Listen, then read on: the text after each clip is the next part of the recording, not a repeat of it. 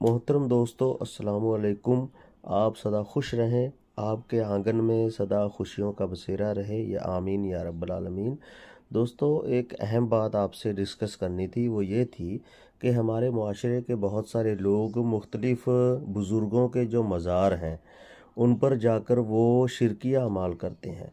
अगर हम इनका जायज़ा लें तो, और दूसरी तरफ इस्लाम की तालीमात को रखें, तो हमें जमा बैनुज़्ज़िद्दीन का एहसास होगा।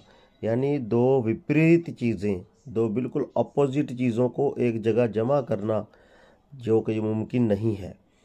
जिस तरह मज़ारात, कब्रों को पुख्ता बनाना, पक्का बनाना, कब्रों पर चादरें चढ़ाना, कब्रों पर दिए जलाना, कब्रों पर जाकर न्याज मन्नत मांगना और कब्र वाले से सिफारिश की उम्मीद रखना, या डायरेक्ट उनको सजदा करना, या उनसे किसी तरह की, जिस तरह हम कोई इस्तगासा करना, कोई डिमांड करना, फरियाद करना, तो जो कि सिर्फ़ और सिर्फ अल्लाह का हक़ है, तो ये सब शिरकिया अमाल है जिनकी इस्लाम हरगिज़ इजाज़त नहीं देता।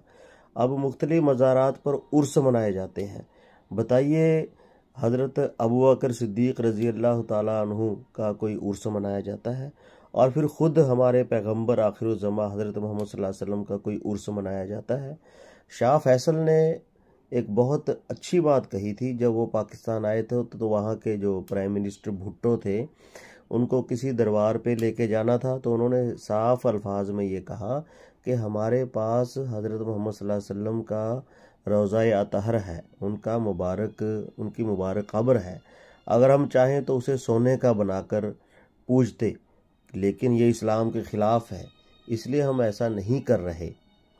लिहाजा हमारी उम्मत को भी ये चाहिए कि जो ये मुख्तलिफ़ मज़ारात पे उर्स मनाते हैं, मेले लगाते हैं, भला इसकी इस्लाम में कहाँ इजाज़त है, उनको ये सोचना चाहिए।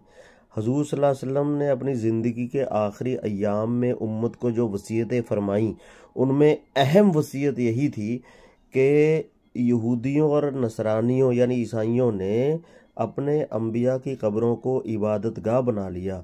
मैं तुमको इससे सख्ती के साथ रोकता हूँ, कहीं मेरे बाद मेरी कब्र को मेलागाह, सजदागाह या इबादतगाह ना बना लेना। और फिर हज़रत अली रज़ी अल्लाह ताला अन्हु को ख़ास तौर पे इस मिशन पे भेजा कि जहाँ कोई पुख्ता कब्र नज़र आए तो उसे कच्ची कब्र में मुंतकिल कर देना या बराबर कर देना, ज़मीन के बराबर कर देना। तो दूसरी तरफ कुरान में साफ तौर पे इरशाद फरमाया गया है सूरतुल बकरा में, जो जिन चीज़ों को हराम किया गया है उनकी पूरी लिस्ट दी गई है। तो उसमें चार चीज़ें हैं वैसे, जैसे मुर्दार है, खून है, फिर खिंजीर या पिग का गोश्त है, और फिर लास्ट में कहा गया कि गैरुल्लाह के नाम की चीज़। तो उसकी तशरीह में मुख्तलिफ उलमा इकराम ने लिखा है कि जिस तरह कब्रों का चढ़ावा ये भी उसी ज़ुमरे में आता है। तो दोस्तों, हमें इससे बचना चाहिए। अब भला हमारे माशरे के लोग जो कभी कोई किसी शहर, दूर दराज शहरों में जाते हैं, कोई सरहंद जाता है, कलियर जाता है, भला इस्लाम में इसका कहाँ जवाज़ है? ख़ुद हज़रत मुजद्दद अलफ़सानी रहमतुल्लाह अलैह, जिनकी कब्र हमारे सरहंद में है, उन्होंने उस वक्त के जो जहांगीर बादशाह था उसके सामने गर्दन नहीं झुकाई। आज उनके दरबार पे जाके लोग सर झुकाते हैं। यानी जिन चीज़ों को ना करने का प्रचार या पैगाम उन लोगों ने दिया, उनकी कब्रों पे वही शिरकिया अमाल हो रहे हैं। अल्लामा इकबाल ने फरमाया था ना कि गर्दन ना झुकी जिसकी जहांगीर के आगे, वो हिंद में सरमाया मिल्लत का निगहबां। तो ये शेख अहमद सरहंदी साहब के बारे में ही था, क्योंकि उस वक्त शिरकिया अमाल उरूज पर थे। अकबर ने जो दीन इलाही चलाया था, फिर उसका जो सक्सेसर था जहांगीर, उसने उसे कंटिन्यू रखा। खैर, इस्लाम के दाई उस वक्त जो शेख अहमद सरहंदी साहब थे, और उनके उनके जो मतलब असिस्टेंट्स थे, उनके साथी थे, उनकी तालीमात और उनकी तबलीग की वजह से जहांगीर भी रिवर्ट हुआ और उसने भी जो असल दीन को अपनाया।